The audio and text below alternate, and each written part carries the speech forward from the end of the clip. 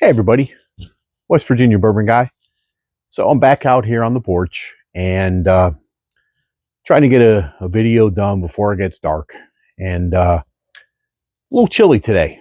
So got the fleece on, trying to keep my big fat butt warm. I think I'd have enough insulation, but man, it is a little chilly. The older you get, the more colder you get. I used to make fun of my dad about that. And now, yeah, I can feel it. The older you get, the thinner your blood gets. Whatever. But hopefully, going to warm myself up a little bit here with some delicious brown water. So, going to talk about an awesome distillery that's down in Kentucky. I believe they're in the Frankfurt area.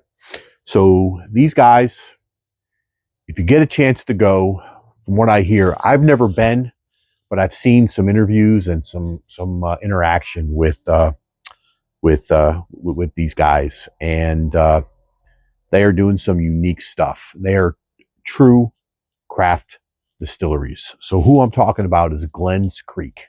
So I believe Dave is the owner there, and he's just an interesting guy. My friends Charlie and Jeff from Bourbon and Balls did an interview with him, and I'll try to leave a link either in the comments or in the description or somewhere in this video. Go check it out. It was a blast. He is such a unique guy and just doing some phenomenal whiskey. It's just, I mean, I said in the comments on that live stream, I would love to get him and Seth Detling together in a room and just turn the cameras on and listen to what they're going to say. Because I think it would be, they're kind of long lost brothers or cut from the same cloth, the same stone. They definitely do things their own way, in their own unique way, but they're doing some phenomenal stuff. So what I have here today, this, I guess it would be considered a single barrel. Not sure, but if not, you can call me out on it. But this is Cafe au Lait, and this is the incredible hand-filtered Cafe au Lait. And if you look at this, look at the darkness on this bottle.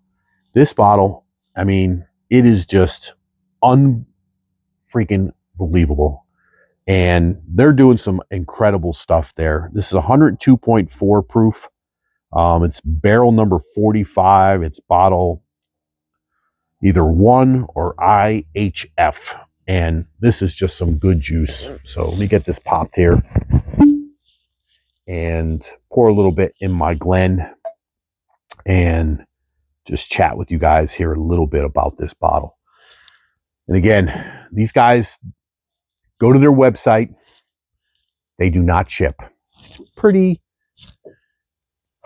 self-explanatory. It's there maybe 5, 10, 15 times. We do not ship. We do not ship. We don't ship. We never ship. We will not ship. But you can order from their website and they'll put it in the vault.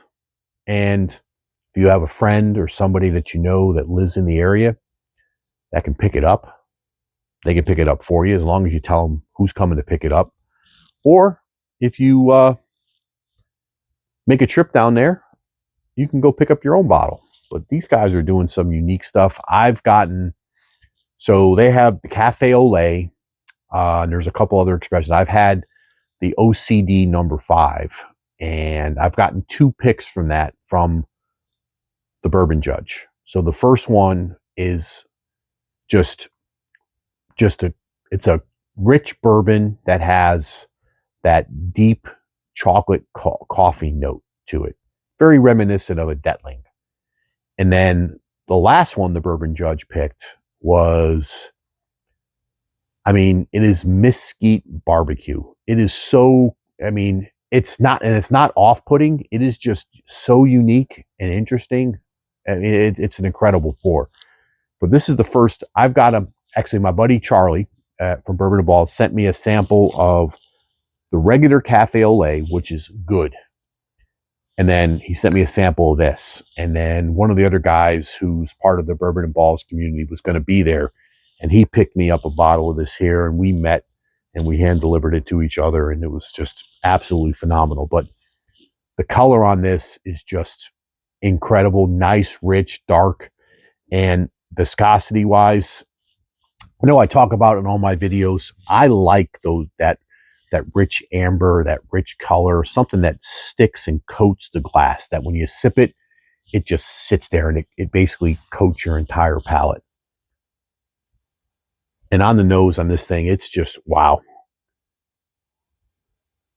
You get deep, rich fruits, but an undertone of that oak and caramel is what I get on this here.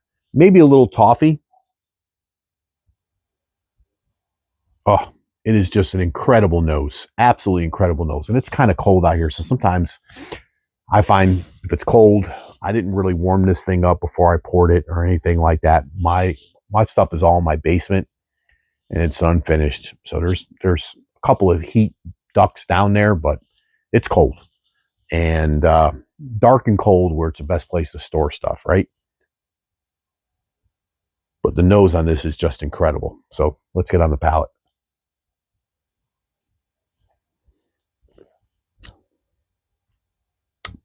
Oh man, this, wow, it is that rich, dark. It does have that coffee note in it. And I mean, I've had a sample of a cask strength Distilling, and I have a bottle of a bottled in bond Distilling.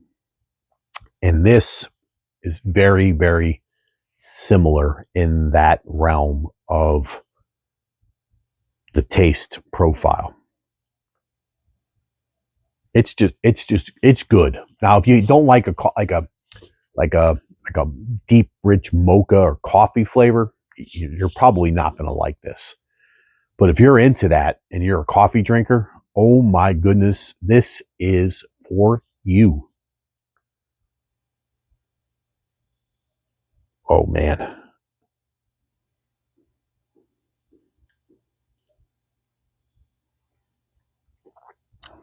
Wow. Oh, this is phenomenal. So listen, you can get to Frankfurt,